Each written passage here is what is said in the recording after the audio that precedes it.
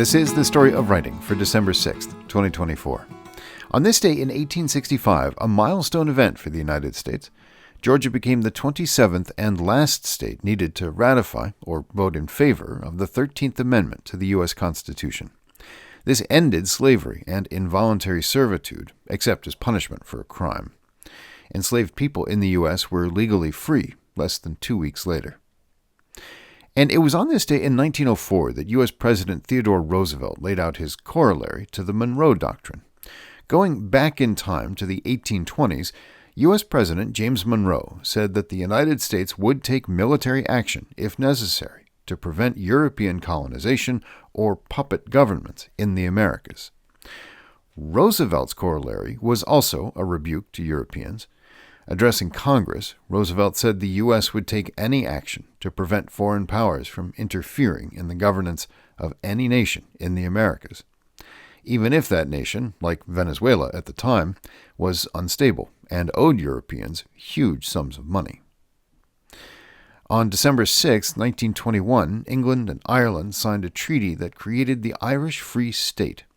It ended the 3-year Irish War of Independence between the Irish Republican Army and British Crown forces.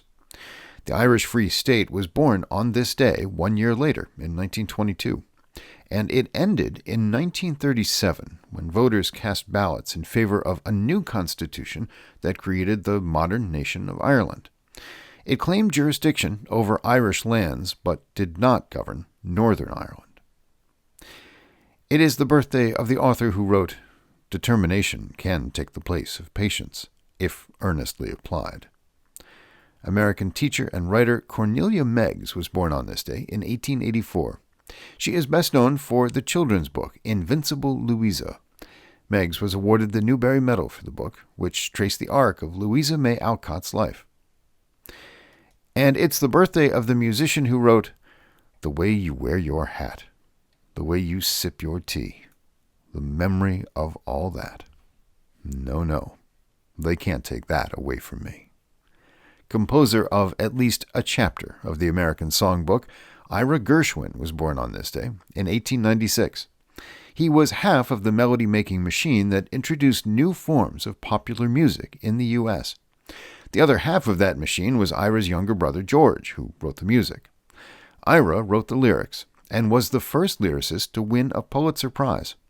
To this day, you can hear their influence in jazz, classical, rhythm and blues, Broadway, and pop music. Fascinating rhythm, indeed. It is also the birthday of the comedian who wrote, "Half the people you know are below average." American actor and screenwriter Stephen Wright was born on this day in 1955. His one-liners and his laconic delivery helped launch his career. It was Wright who delivered many of the lines that made people think as they laughed. Here are a few examples. "If at first you don't succeed, then skydiving definitely isn't for you." "If you're in a spaceship traveling at the speed of light and you turn on the headlights, does anything happen?" And "If Barbie is so popular, then why do you have to buy all her friends?" Today's reading is from The House of Mirth, written by Edith Wharton and published in 1905. I have tried hard, but life is difficult, and I am a very useless person. I can hardly be said to have an independent existence. I was just a screw or a cog in the great machine called life, and when I dropped out of it, I found I was no use anywhere else. What can one do when one finds out that one only fits into one hole?